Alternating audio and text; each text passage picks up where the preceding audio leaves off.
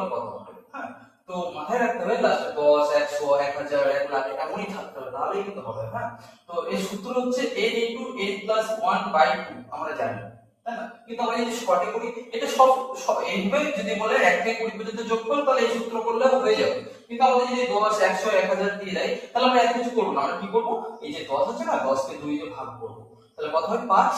তাহলে 5 হচ্ছে, তাহলে সাথে একটা 5 লিখে দেবো, তাহলে 55 आंसर।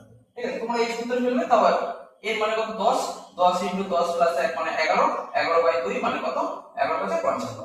তাই তো, তুমি এটাকে তাহলে কি করব, এটাকে 2 দিয়ে ভাগ করব, 2 × 5 = 10, তাহলে 500। তাহলে आंसर কত হবে 500, 500।